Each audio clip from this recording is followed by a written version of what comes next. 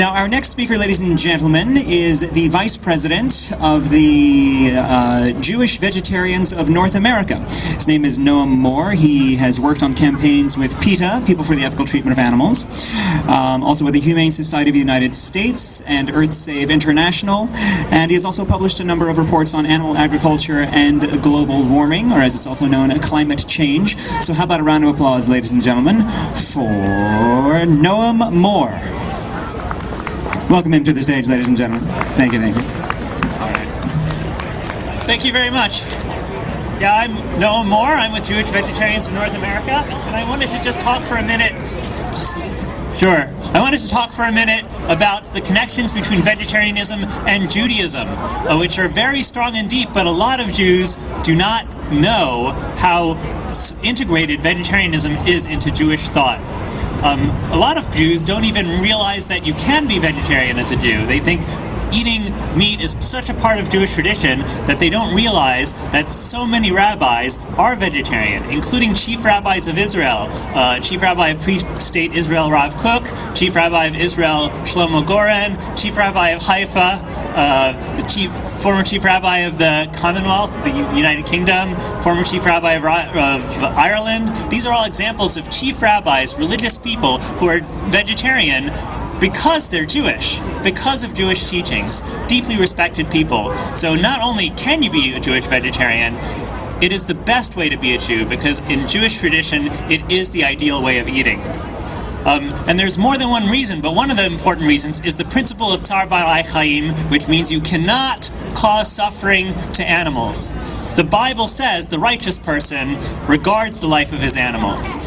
The Code of Jewish Law says it is forbidden according to the Torah to inflict pain on any creature. On the contrary, it is our duty to relieve pain of any creature, even if it is ownerless. So this is a strong duty we have, not to cause suffering to others, including animals, and to actively go out and reduce the suffering of others.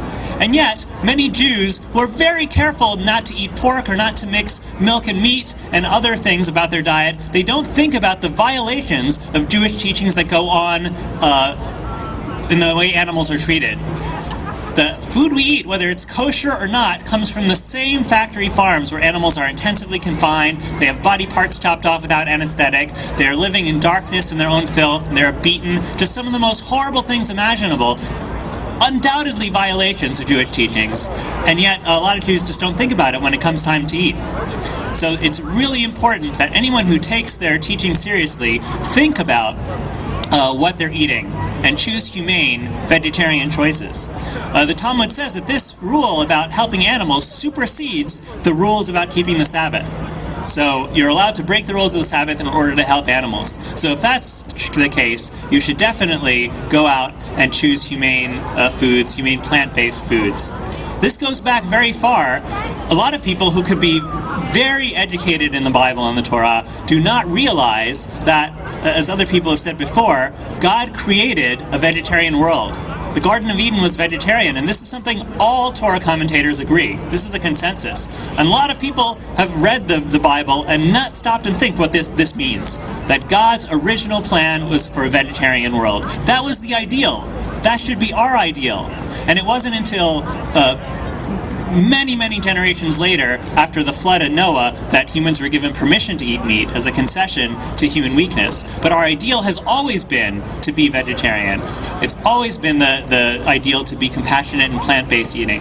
So if we are to take that seriously, if we are to take that to heart, we should strive as best we can to fulfill these teachings and be vegetarian.